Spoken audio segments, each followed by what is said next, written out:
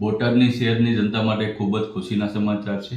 આજે માનનીય મામલતદાર શહેર અને ચીફ ઓફિસર અને અમારી ટીમ અને વોર્ડ નંબર 2ના કોર્પોરેટર સાથે આજે કૃષ્ણસાગરની તળાવની વિઝિટ કરવામાં આવી છે, જેની અંદર કૃષ્ણસાગરનું બ્યુટિફિકેશનનું કામગીરીની જે ડિઝાઇન છે એની સમીક્ષા કરવામાં આવી અધિકારીઓ સાથે રાખીને.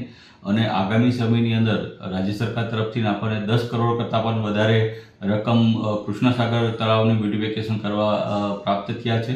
અને હાલ અત્યારે આપણે એનું લેઆઉટ પ્લાનની પ્રોસેસ અત્યારે ચાલુ કરી દેવામાં આવી છે.